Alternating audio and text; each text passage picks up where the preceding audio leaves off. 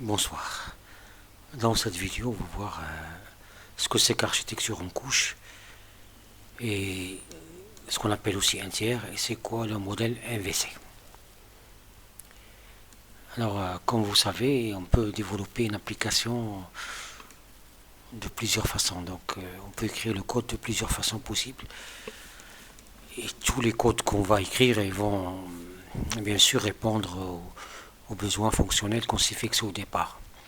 Sauf, il y a des codes qui vont être faciles à maintenir au cas où il y a des erreurs ou si on voudrait ajouter des fonctionnalités ou si on a des bugs, c'est facile de les repérer, de les identifier, de les corriger. Et bien sûr, il y a des codes qui peuvent aussi être faciles à évoluer si on veut ajouter de nouvelles fonctionnalités sans tout réécrire pour intégrer une nouvelle fonctionnalité. Ou si on veut passer d'une technologie à une autre ou d'un outil à un autre, par exemple, de changer la base de données sans tout réécrire, passer d'Oracle à MySQL ou vice-versa, ou bien changer certaines technologies qu'on va utiliser au niveau de la présentation des résultats, donc de modifier une technologie, de remplacer une technologie par une autre, ça pourrait conduire à réécrire l'application. Euh, alors, il faut bien sûr anticiper tout ça. Il faut respecter certaines règles pour que l'application soit facile à maintenir, soit facile à faire évoluer. Hein. Donc, on pourrait facilement changer une base de données par une autre sans tout changer. Alors, parmi les solutions, c'est de développer ou créer un code sous forme de couches. Alors, au lieu d'écrire donc une seule couche qui va mélanger euh, le code qui est responsable de l'accès aux données, le code qui est responsable de l'affichage, le code qui va traduire les règles de gestion de l'application. Donc, au lieu d'avoir une seule couche, on va vous conseiller d'écrire ça en plusieurs couches. Alors, une couche, je suis juste, bon, c'est un morceau de code de l'application qui va permettre d'isoler une responsabilité ou une tâche précise. Donc, chaque couche va avoir une seule responsabilité. Par exemple, toutes les instructions, tout le code Java qui va permettre l'accès aux données, ça va être centralisé ou isolé dans une couche. Tout ce qui va, par exemple, gérer les fonctionnalités métiers va être aussi donc isolé dans une couche. Tout ce qui va être va permettre à l'utilisateur d'interagir avec l'application va aussi être isolé dans une couche. Donc les couches vont être donc vont répondre à une seule responsabilité. D'accord. Et si jamais une couche va évoluer ou va être amenée à être modifiée ou changer de technologie, les autres couches normalement doivent pas être impactées ou très très peu.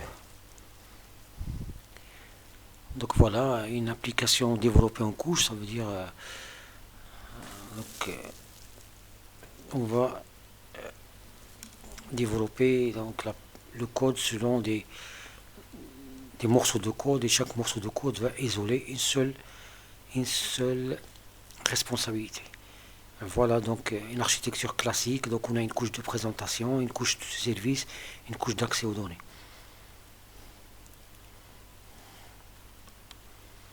Alors chaque couche ne peut communiquer qu'avec la couche en dessous. Donc il faut respecter ça. Donc chaque couche va accéder à la couche. La couche I peut envoyer des appels à la couche I plus 1. La couche I plus 1 peut envoyer des appels à la couche I plus 2. Et alors ça permettra donc chaque couche d'évoluer indépendamment des autres couches Ici, on est amené à changer une base de données ou une technologie dans une couche ou un framework qui va être utilisé dans une couche, ça ne va pas impacter les autres. Donc chaque couche va essayer de cacher tous les détails, hein, donc, pour que les autres applications ne soient pas impactées au cas où il y a un changement ou une migration vers une nouvelle technologie. Alors un exemple classique, donc la couche, l'architecture 3 tiers, on a 3 couches, donc là la couche d'accès aux données, donc ça c'est, il va isoler un code qui va être responsable de l'accès à un système de stockage de données.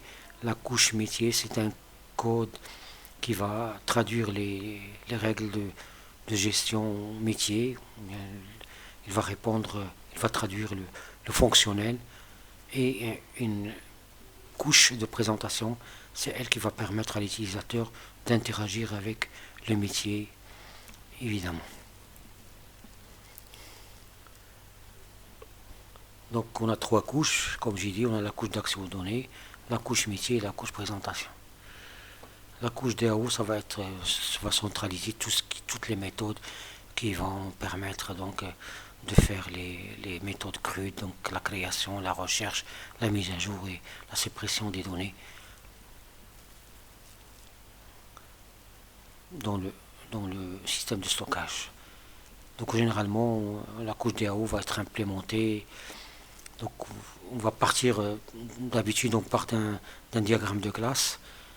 Et le diagramme de classe, il va permettre de décrire directement le schéma relationnel, c'est-à-dire l'ensemble de tables qui vont être dans notre base de données.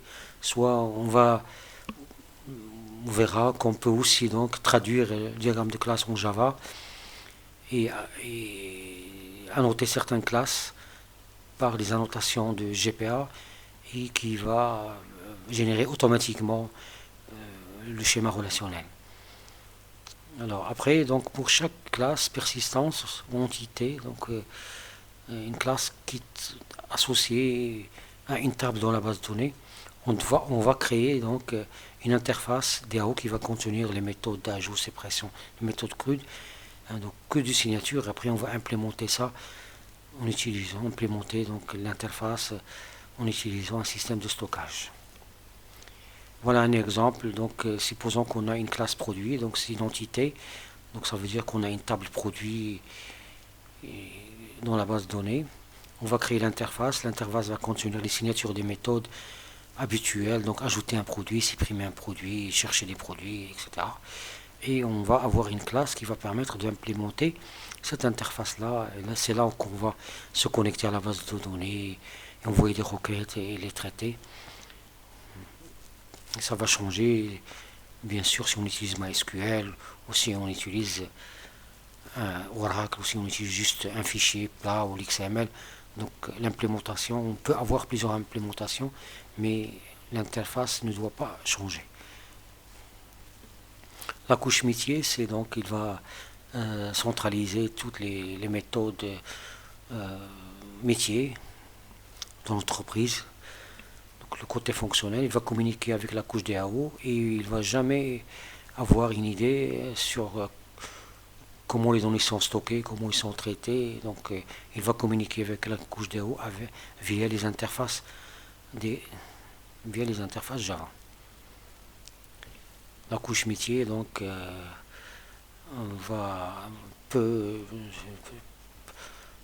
peut rester la même si la couche DAO change. D'accord. Donc on a une isolation ou séparation de la couche DAO. La couche web, c'est la couche qui va jouer le rôle de l'interface entre les utilisateurs et l'application. Donc il va être basé, dans notre cas G2E, il va être basé sur les servlets et les pages GSP. Et il va être développé généralement respectant un modèle MVC, modèle View Controller. Alors le modèle, c'est juste une classe qui va permettre au contrôleur et à la vue de se partager des données. Donc le modèle va servir au contrôleur de stocker à la fois les données qui viennent d'un utilisateur et les résultats qui proviennent de la couche métier pour les préparer à la vue et de les afficher. Donc le modèle va être généralement implémenté par un Java Bean, une classe Bean qui contient des attributs pour stocker les données qui viennent d'un client et le résultat qui va être retourné par la couche métier, un constructeur par défaut qui va permettre au contrôleur d'instancier le modèle, et bien sûr des getters et des setters pour tous les attributs. Alors un exemple de modèle, supposons que dans une application, l'utilisateur va envoyer une ville, il attend la liste des étudiants de cette ville-là. Donc on peut imaginer qu'on peut écrire une classe modèle avec un attribut qui va stocker la ville qui provient de les clients et une liste pour stocker le résultat. Tout ça va être envoyé par le contrôleur vers la vue ou bien pour qu'il affiche la ville et aussi les étudiants de cette ville-là.